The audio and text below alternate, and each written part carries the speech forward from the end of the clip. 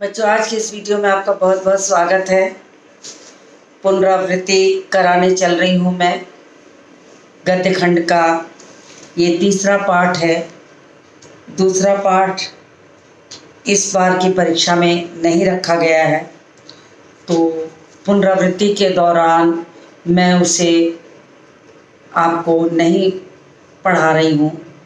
यद्यपि मैंने पहली बार जब आपको सारे पाठ पढ़ाए थे तो उसमें पढ़ाया है, आपको उसकी भी जानकारी है, लेकिन आज मैं आपको ततारा बामीरो कथा, जो अंडमान निकोबार की एक लोक कथा है, उसे पढ़ाने चल रही हूँ। ये गद्य खंड का तीसरा पाठ है। तो गद्य खंड के तीसरे पाठ को मैं पढ़ाने चल रही हूँ। लीलाधर मंडलोई का लिखा ये पाठ है। लीलाधर मंडलोई का जन्म मध्य प्रदेश के छिंदवाड़ा जिले के एक छोटे से गांव गुढ़ी में 1954 की जन्माष्टमी के दिन हुआ था। आरंभ के कुछ वर्ष गांव में इन्होंने बिताए। बाद में उनकी पढ़ाई लिखाई भोपाल और रायपुर में हुई। लीलाधर मंडलोई को 1987 में कॉमनवेल्थ रिलेशन ट्रस्ट लंदन की ओर से रेडियो और टेलीविज़न प्रसारण की उच्च शिक्षा के लिए आमंत्रित किया। यहाँ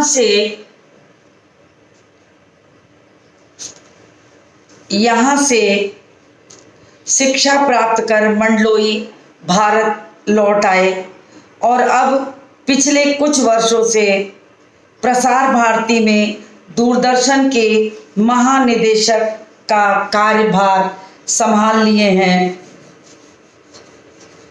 अब मैं इनकी रचनाओं के बारे में भी आपसे बात करूंगी कि लीलाधर मंडलोई जो हैं वो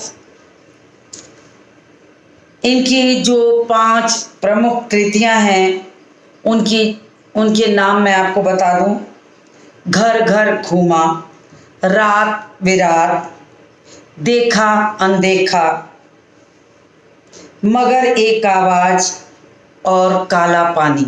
ये छोटी छोटी इनकी जो रचनाएं आपको बता रहे 5 प्रमुख कृतियां हैं,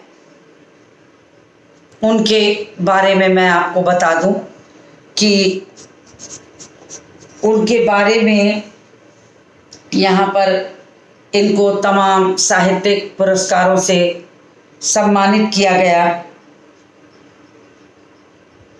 इनकी साहित्यिक विशेषताओं की चर्चा करूं तो लीलाधर मंडलोई के लेखन में लोक कथाओं, लोकगीतों, यात्रा वृत्तांतों, डायरी, मीडिया, रिपोर्टाज और आलोचनाओं की भरमार है।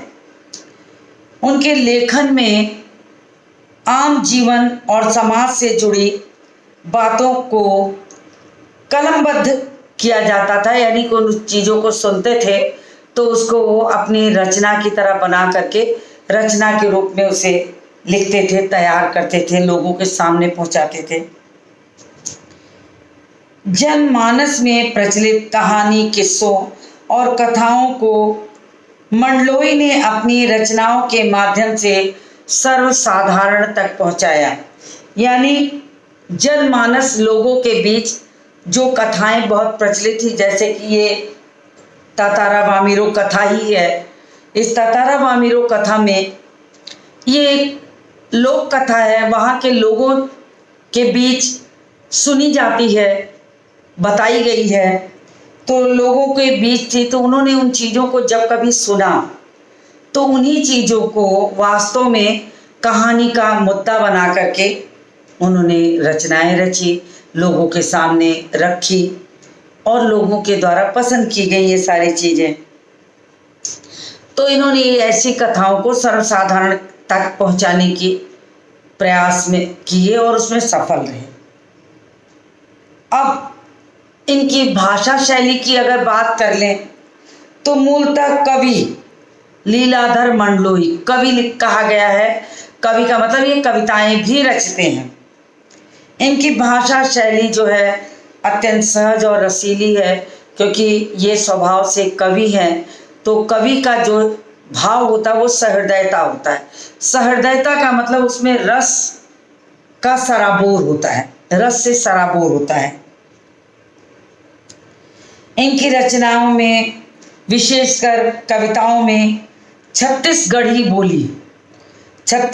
बोली की जो मिठास होती है, वहाँ के स्थानीय जनजीवन का जो सजीव चित्र होता है, वो सब देखने को मिलता है। मंडलोई ने अपने लेखन में हिंदी के साथ साथ वहाँ के स्थानीय बोली के शब्दों का भी बखूबी प्रयोग किया है, बहुत सुंदर ढंग से प्रयोग किया है। अंडमान और निकोबार द्वीप की जनजातियों पर लिखा इनका यह गद्य एक बेमिसाल समाज का शास्त्रीय अध्ययन है। यानी कि जनजातियों पर, अंडमान निकोबार के रहने वाले लोगों के वहाँ के रीति रिवाज और परंपराओं की, वहाँ की जो खासियत है, उन खासियतों को लेकर ये जो कहानी है आपकी तातारा वामिरो कथा, इस कथा में जो वामिरो और तातारा है उनके बीच में ये जो दैवी तलवार है, इसकी बहुत बड़ी भूमिका है।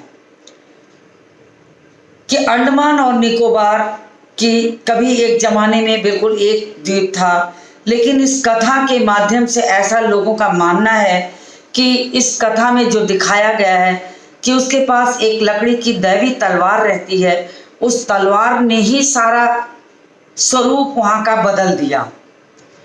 रीति रिवाज और परंपराओं से उलझी हुई जो जिंदगी है, उस जिंदगी के बीच इस प्रेम कथा का बहुत महत्व है कि वहाँ के लोग इस प्रेम कथा को किस तरह से स्वीकार करते हैं। वहाँ की रीति रिवाज और परंपराएं जो रूढ़ी बन करके लोगों के गले की फांसी का फंदा बन गई थी, उस चीज़ों को उन्होंने तिरस्कार कर दिया। कैसे? तो ये सारी बातें मैं आगे कहानी में आपको बताऊंगी। उसके पहले मैंने थोड़ा सा आपको भूमिका के रूप में परिचय दे दिया। तो आपको मैं ये पढ़ाना शुरू करती हूँ कि ये पाठ जो है तातारा वामिरो कथा अंडमान निकोबार द्वीप समूह के एक छोटे से टापू में दो कबीलों के बीच गहरी जड़ें जमा चुके शत्रुता को, विद्वेष या शत्रुता को लेकर लिखा गया पाठ है। यानी अंडमान निकोबार द्वीप समूह में दो जनजातियां रहती थी, उन जनजातियों के बीच आपसी संपर्क बिल्कुल नहीं था। रिश्ते की तो बात दूर, आपसी शत्रुता के कारण जो शत्रुता थी वो पूरी तरीके से इतनी हो गई थी कि वहाँ पर एक रीति और एक परंपरा बन गई कि एक गांव के लोग एक ही गांव में विवाह करेंगे। मेन या मुख्य मुद्दा जो है कहानी का, इस तातारा वामिरो की कहानी का यही है कि तातारा और वामिरो नामक जो प्रेमी रहते हैं, प्रेमी युगल रहते हैं, वो उन्हें इसी परंपरा, इसी रीति रिवाज के चलते बलिदान देना पड़ा। उस बलिदान में इस लकड़ी की तलवार की बहुत बड़ी भूमिका है कि ये मिल नहीं सकते तो ये आत्म बलिदान तो दे सकते हैं। इस कहानी का अंत क्या हुआ उस गांव के रहने वाले किसी को पता नहीं, कोई नहीं बता सकते। लेकिन इस लोक कथा के पीछे कम से कम इतना तो है कि वहाँ के लोगों ने अपनी पुरानी शत्रुता को भुला दिया, अपने रीति रिवाज और परंपराओं में बदलाव किया। तो रूढ़ियां जब बंधन बनने लगे तो उन्हें तोड़ देने में भलाई है। यही सीख हमको इस पाठ से मिलती है कि रूढ़ियों का निर्वाह उतना ही करो जिससे लोगों की भलाई हो, जहाँ लोगों का हित हो। लेकिन जब ये रूढ़ियां लोगों का अहित करने लगे, आपसी वैमनस्य को बढ़ाने लगे, आपसी विद्वेष को बढ़ाने लगे, शत्रुता अपने चरम पर पहुंचने लगे, तो इसे तोड़ देने में भलाई है। तो इस प्रेमी युगल के माध्यम से तातारा और वामिरो जिनका नाम है, इस कहानी में बहुत सुंदर चित्रण किया गया है कि उसके स्वरूप का वर्णन करते हुए कि तातारा जो रहता है बहुत बलिष्ठ, सुंदर युवक है और उसके मुलाकात एक बार वामिरों से, समुद्र के किनारे वो तातारा बैठा रहता है और उससे उसकी मुलाकात होती है। कैसे होती है? बिल्कुल नाटकीय ढंग से। वामिरो किसी गाने को गाती रहती है जिसकी मधुर आवाज़ उस सुनसान वातावरण में गूंजती रहती है, और उस वातावरण में गूंजते गूंजते इसकी आवाज़ तातारा के कानों में जब पड़ती है तो वो उसी आवाज़ के सहारे बढ़ते हुए उस स्थान तक चला जाता है जहाँ वामिरो गाना गाती रहती है। और उसी बीच समुद्र की एक ऊंची लहर आकर वामिरो को भिगो देती है और अचानक उसका गाना बंद हो जाता है। गाने का बंद होना था कि तातारा जैसे अपने अंदर एक बेचैनी सी महसूस करने लगता है। उस बेचैनी की अनुभूति के कारण बिना कुछ जाने, बिना कुछ पूछे, उसके पास सिर्फ एक सवाल था कि तुमने गाना क्यों बंद कर दिया। तो यहाँ से तातारा और वामिरो का परिचय हुआ। मैंने आपको थोड़ा सा संक्षेप में कहानी की शुरुआत समझाते हुए आपकी रुचि को बढ़ाने के लिए, आपकी उत्सुकता को जगाने के लिए मैंने कहानी की शुरुआत को बताया। अब मैं पाठ के आधार पर आपको कहानी समझाऊंगी। अंडमान द्वीप समूह का अंतिम दक्षिणी द्वीप लिटिल अंडमान। यह पोर्ट ब्लेयर से लगभग 100 किलोमीटर दूर स्थित है। इसके बाद निकोबार द्वीप समूह की श्रृंखला आरंभ होती है। यानी आपको अंडमान निकोबार में की भौगोलिक स्थिति का ज्ञान देते हुए लीलाधर मंडलोई ने कहानी को प्रारंभ किया है। उन्होंने बताया है कि ये द्वीप समूह पोर्ट ब्लेयर से लगभग 100 किलोमीटर दूर स्थित है। इसके बाद निकोबार द्वीप समूह की श्रृंखला जो है वो कड़ी जो है वो शुरू, श्रृंखला मतलब कड़ी जो है वो शुरू हो जाती है, जहाँ से निकोबारी जनजाति की आदिम संस्कृति का केंद्र है, जहाँ से ये देखने को मिलता है। जो निकोबारी जनजाति की आदिम संस्कृति पुरानी संस्कृति से जुड़ा हुआ एक केंद्र है। निकोबार द्वीप समूह का पहला प्रमुख द्वीप है कार निकोबार। अब इन्होंने बताया कि कार निकोबार जो इसका पहला द्वीप है, जो कि लिटिल अंडमान से 96 किलोमीटर दूर है, और निकोबारियों का ये विश्वास है कि प्राचीन काल में कभी ये दोनों द्वीप एक ही थे। मैंने आपको ये पहले ही इसीलिए बता दिया कि आपकी उत्सुकता जागृत रहे, बढ़ी रहे। तो वहाँ के लोगों ने लेखक को ये बताया कि ऐसा यहाँ के लोगों का मानना है कि ये दोनों द्वीप किसी समय में एक ही थे। इनके विभक्त होने के पीछे, यानी इनके अलग होने के पीछे एक लोक कथा है।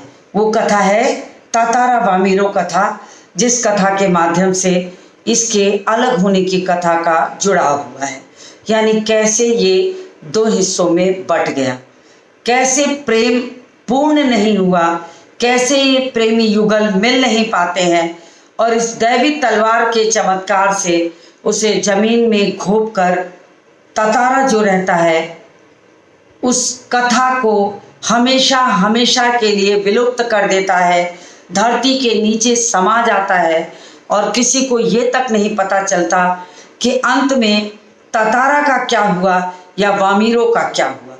लोगों को एक अनुमान ही रह गया कि वामिरो जो रहती है वो तातारा को खोजती हुई पागलों की तरह उस छोर तक चली जाती है जहाँ पर धरती के एक छोर एक किनारे पर तातारा पड़ा है और उसे चीखती रहती है, चिल्लाती रहती है और अंततः वो समझ में लोगों के नहीं आता कि वामेरों का क्या हुआ। लेकिन ये लोक कथा उस स्थान विशेष की जनजातियों में बहुत प्रचलित है। अब कहानी का प्रारंभ होता है कि सदियों पूर्व जब लिटिल अंडमान और कार निकोबार आपस में जुड़े हुए थे, तब वहाँ एक सुंदर सा गांव था। पास में एक सुंदर और शक्तिशाली युवक रहा करता था। उसका नाम था ततारा। अब कहानी का देखिए प्रारंभ हो रहा है, कितनी उत्सुकता से, बिल्कुल उसी आदिम अवस्था के हिसाब से कहानी का प्रारंभ लीलाधर मंडलोई ने किया है। वहाँ की भौगोलिक स्थिति का वर्णन करते हुए उन्होंने ये बताया है कि उस भौगोलिक स्थिति के साथ परिचय कराया है कि कैसे कहानी का प्रारंभ होता है। तो उन्होंने पुराने ज़माने में जो कहानियाँ होती थी उन कहानियों का प्रारंभ ऐसे ही होता था कि एक गांव था, गांव में रहने वाले किसी युवक के बारे में, फिर उस युवक के स्वरूप के बारे में, फिर कथा तक आते आते, मुख्य कथा तक आते आते हम उस युवक को कथा से जोड़ने के लिए तमाम तरह की घटनाओं के साथ उसे जोड़कर मुख्य कथा पर लाते थे। तो लीलाधर मंडलोई ने भी उसी परंपरा का निर्वाह करते हुए यहाँ कथा लेखन लिखा है। तो वहाँ की बात करते हैं कि सदियों पूर्व जब लिटिल अंडमान और कार निकोबार आपस में जुड़े हुए थे, ये तब की कथा है। आपस में जुड़े हुए थे तब वहाँ एक सुंदर सा गांव था। पास में एक सुंदर और शक्तिशाली युवक रहा करता था। उन्होंने एक गांव की चर्चा की है कि एक गांव था वहाँ पर, जहाँ पर एक सुंदर और शक्तिशाली युवक रहा करता था और उसका नाम था ततारा।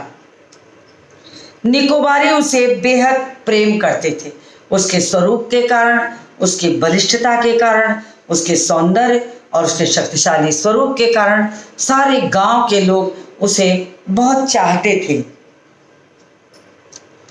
तो उसका क्या नाम था? ततारा। निकोबारी उसे बहुत चाहते थे, बहुत प्रेम करते थे। ततारा एक नेक और मददगार व्यक्ति था। यही कारण था लोगों को उसे चाहने का कि जितना वो देखने में खूबसूरत, बलिष्ठ और शक्तिशाली था, उतना ही विनम्र था, उतना ही उसका स्वभाव भी अच्छा था, मददगार स्वभाव का था।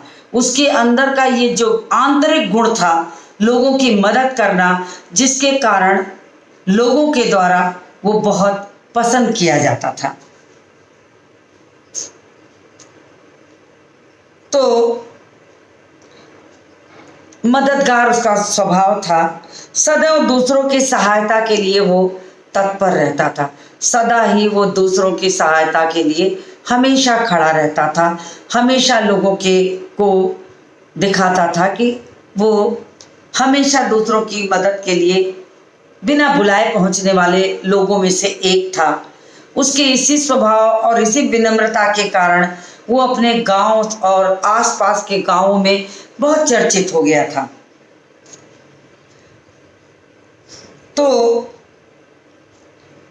अपने गांव वालों को ही नहीं, अपितु समूचे द्वीपवासियों की सेवा करना अपना परम कर्तव्य समझता था।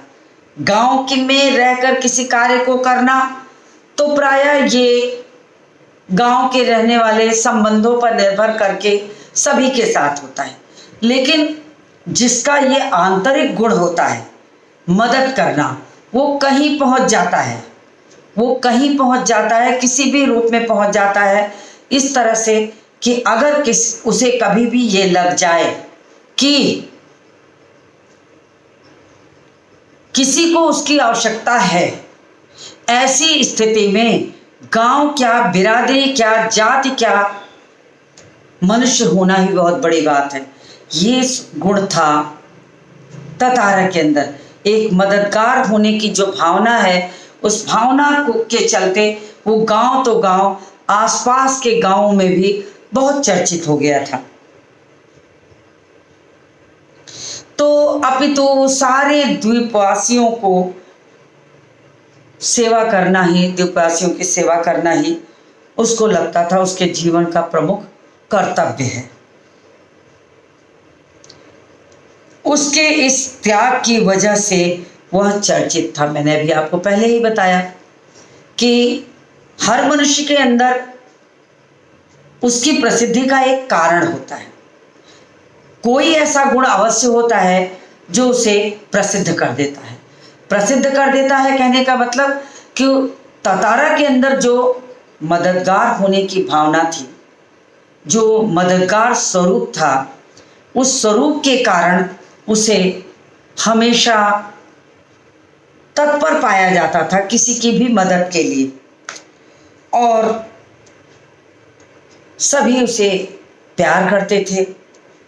गांव वालों के लिए वो हमेशा त्याग करता था और अपनी मदद करना अपना पहला कर्तव्य समझता था। वक्त जिसकी वजह से वो अपने गांव में और आसपास के स्थानों में बहुत चर्चित हो गया था। सभी उसका आदर करते थे, सभी लोग उसे याद करते थे मौके बेमौके।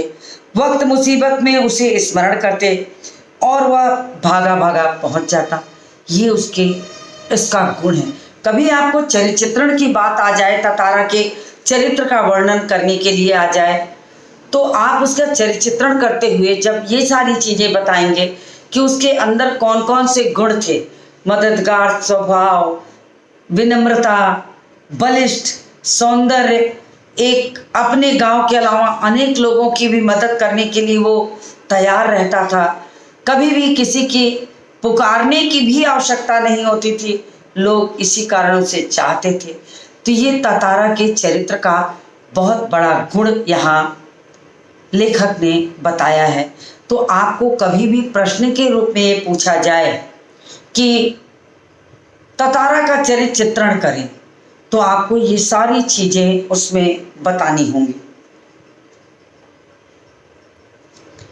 तो वक्त मुसीबत लोग उसे स्मरण करते और वह भागा भागा पहुंच जाता।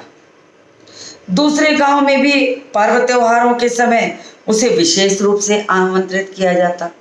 अब देखिए, कभी भी किसी को कष्ट में देखता, कभी भी किसी को तकलीफ में देखता, तो उस स्थान पर बिना बुलाए पहुंचने वालों में से एक था। भागा भागा पहुंच जाता था। उसे ये लगता था कि जीवन में अगर कठिनाई के समय किसी की मदद नहीं की तो फिर जीवन बेकार है। ये उसका आंतरिक गुण था, ये उसके अंदर भावना थी। तो सभी लोग उसे चाहते थे, सभी लोग उसे याद करते थे। तो साथ ही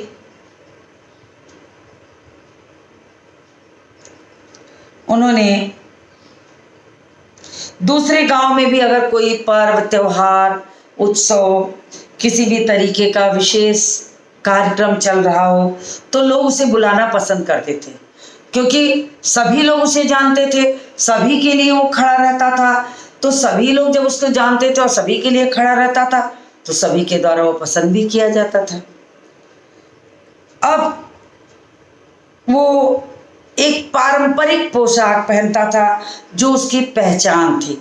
बहुत बार ऐसा होता है कि लोग अपने यहाँ की खासियत वाली एक पारंपरिक पोशाक को धारण करना ज़्यादा जरूरी समझते हैं।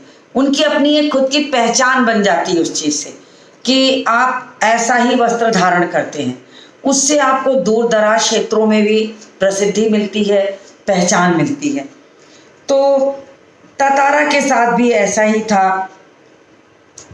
उसका व्यक्तित्व तो आकर्षक था ही साथ आत्मीय स्वभाव की वजह से लोग उसके करीब रहना चाहते थे। व्यक्तित्व जो बाहरी स्वरूप था, लेकिन एक बाहरी स्वरूप की सुंदरता तभी मायने रखती है जब उसके अंदर भीतरी सौंदर्य भी हो।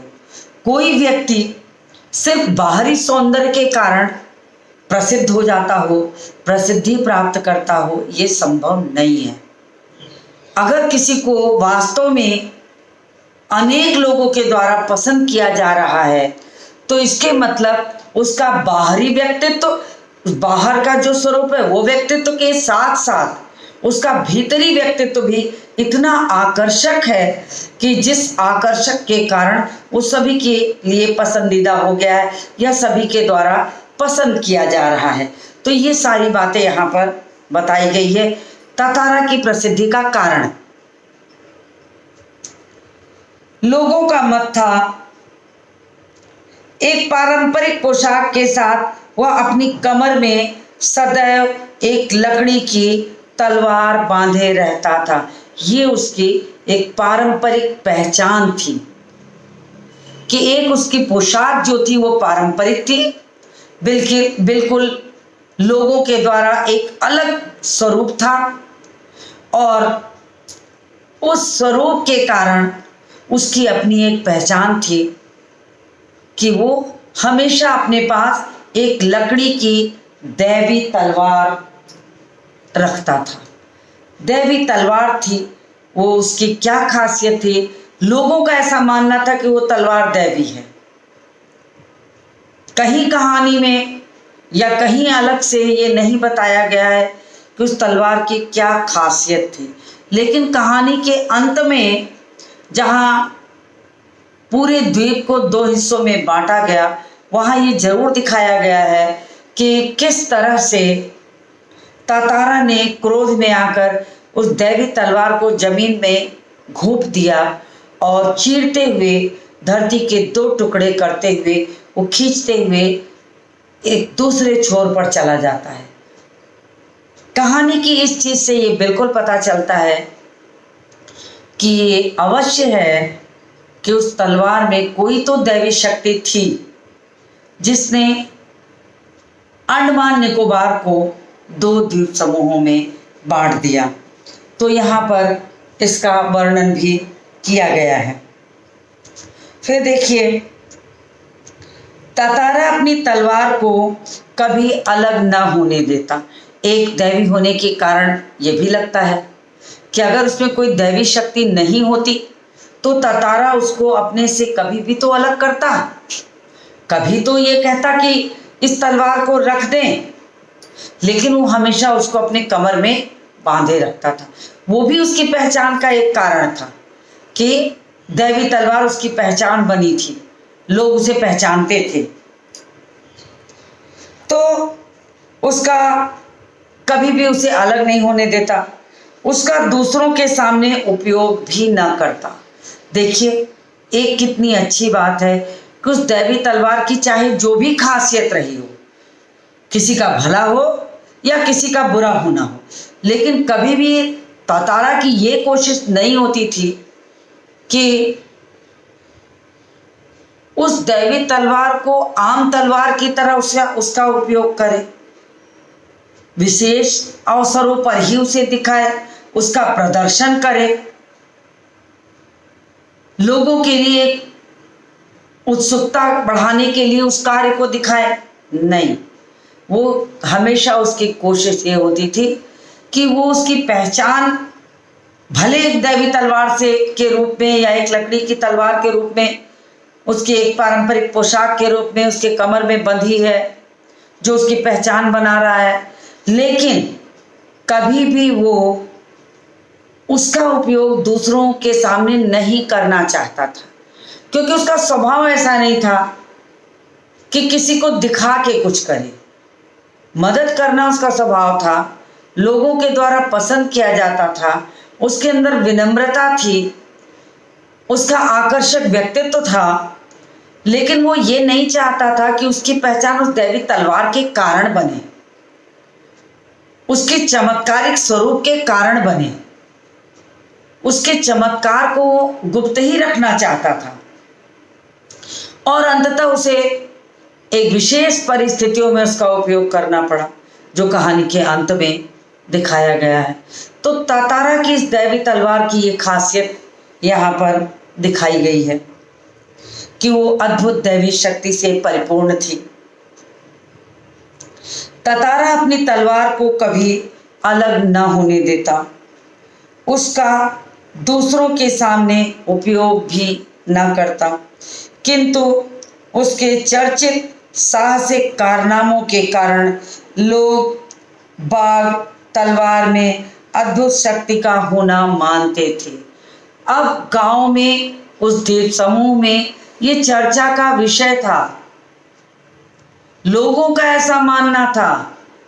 लोक कथा में यहाँ पर लेखक को ये सुनने को मिलता है कि वो अपनी तलवार को कभी अलग नहीं करता था और न किसी के सामने उसका उपयोग करता था। तो लोगों ने ये मानना शुरू कर दिया कि ये निश्चित है कि उसके पास एक ऐसी जो तलवार थी जो उसके पास हमेशा बंधी रहती थी, उसमें एक विलक्षण रहस्य था, जिस रहस्य को वो किसी के सामने खोलना नहीं चाहता था, किसी के सामने बताना नहीं चाहता था और न तो किसी के सामने उसका उपयोग करना चाहता था। तो इस तरह से देखा जाए तो तातारा ने अपने व्यक्तित्व के साथ इस लकड़ी की तलवार को भी अपने व्यक्तित्व का एक हिस्सा बनाया था, जो उसकी पहचान का एक बहुत बड़ा कारण था। तो उससे उसकी पहचान जुड़ी हुई थी। तो यहाँ पर मैंने आपको यहाँ कहानी की एक भूमिका समझाई, कथा का प्रारंभ कर दिया है। आगे की कथा को मैं अपने अगले वीडियो में लेके आऊँगी, इसलिए आप दोनों वीडियो को ज़रूर देखिए और पुनरावृत्ति ज़रूर करिए पाठों की, क्योंकि पाठों की पुनरावृत्ति के बिना चीज़ों को सुनने से आपको ज़्यादा फायदा मिलेगा। आप पुस्तक को 10 बार पढ़ेंगे, चीज़ें आपके दिमाग से निकल जाएंगी, लेकिन आप किसी चीज़ को ध्यान से सुनेंगे, दृश्य श्रव्य देखकर सुनना, ये एक तरीके की कला है, शिक्षण कला, कि आप किसी चीज़ को आंखों से देखते रहिए या कान से सुनिए। तो आप वीडियो को देख रहे हैं और कान से सुनते जा रहे हैं तो उसका प्रभाव आपके अंतर्मन पर भी पड़ेगा। तो मैं इस वीडियो को यहीं समाप्त करती हूँ, इस उम्मीद के साथ आपसे मिलती हूँ अगले वीडियो में कि आप उसे देखकर इस पाठ को अपना पूरा करेंगे।